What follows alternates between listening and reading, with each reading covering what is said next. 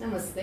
नमस्ते। मैं डॉक्टर वैदेही देवधर मैं डॉक्टर संजीवन देवधर आपको नववर्ष की तथा श्री राम नवरात्रि की बहुत बहुत हार्दिक शुभकामनाएं देते हैं। सर्वप्रथम महर्षि वाल्मीकि, प्रभु श्री राम, सीता देवी, लक्ष्मण जी और पवन पुत्र हनुमान, इनके चरणों में हम वंदन करते हैं। राम नवरात्रि के अवसर पर हमारी अल्प बुद्धि से रामायण जैसे महान ग्रंथ पर चर्चा करने का हम प्रयास कर रहे हैं। 2022 में राम रक्षा और गर्भ संस्कार तथा 2023 में 9 दिन अलग अलग विषयों पर तुलनात्मक अभ्यास जैसे अयोध्या, किष्किंधा और लंका, इन तीनों नगरियों के यहाँ के 3 प्रकार के भाई, मित्र संबंध, पति पत्नी संबंध, इस अनेक विषयों पर हमने चर्चा की थी। इस वर्ष रामायण से कुछ प्रसंग, कुछ व्यक्तित्व लेकर हम आज की समस्याओं का समाधान ढूंढने का प्रयत्न करेंगे। रामायण, महाभारत, भगवत गीता, श्रीमद् भागवत, यह धार्मिक ग्रंथ केवल अध्यात्म के अभ्यासकों के लिए नहीं है, परंतु हमारे भौतिक जीवन में हमें मार्गदर्शक हो सकते हैं।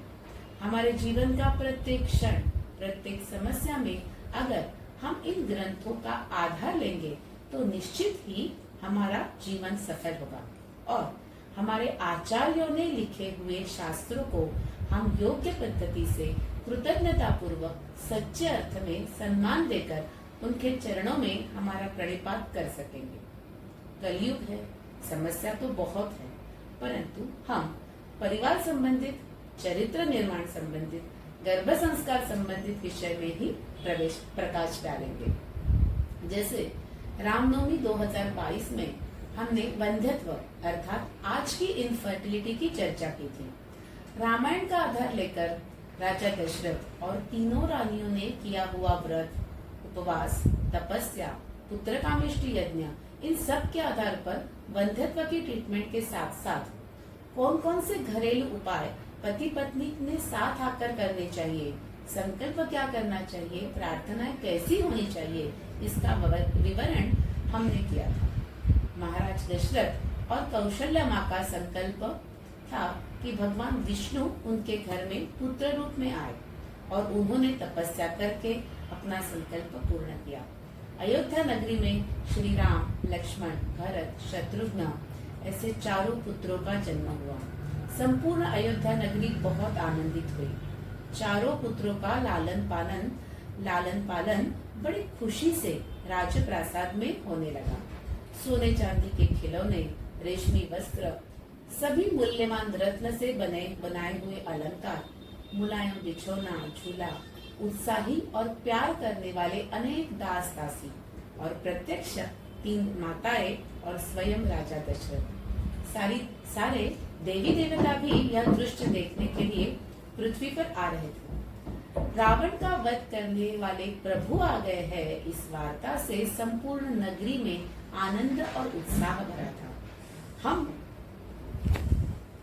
जब भी यह पढ़ते हैं, सुनते हैं तो मन को बड़ा आनंद होता है, परंतु आज का प्रश्न ऐसा है कि अयोध्या में प्रभु श्री राम का लालन पालन इस प्रकार से हुआ है, परंतु जब हम लव कुश का लालन पालन सुनते हैं, देखते हैं, पढ़ते हैं तो मन को थोड़ा सा दुख होता है कि पिता के पुत्र, उनका लालन पालन आश्रम में हुआ, फिर उनको उनकी माता के साथ उनको थोड़ा दुख सहन करना पड़ा।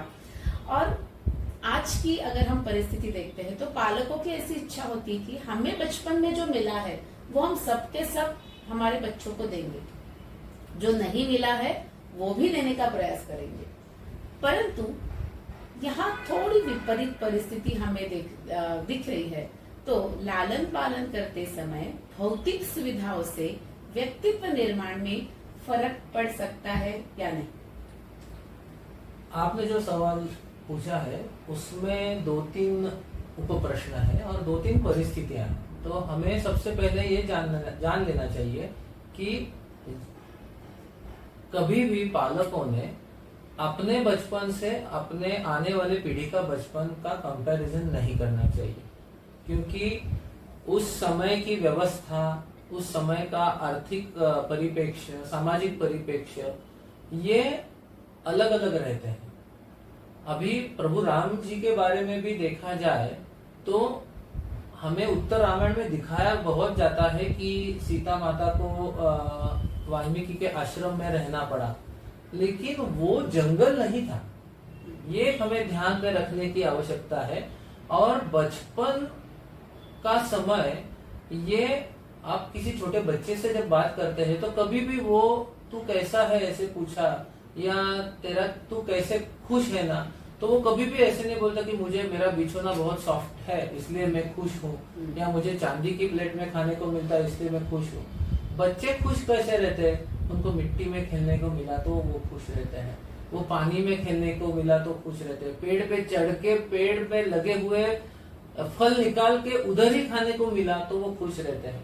अभी भी हम हमारे दादा परदादा उनसे बात करते हैं तो जिनका बचपन देहातों में गया है या वन में गया, वन यानी जहाँ पेड़ पौधे बहुत अच्छे हैं, निसर्ग के पास गया है, तो वो हमेशा उसकी याद करते हैं, हालांकि वो अभी सुख सुविधा में है।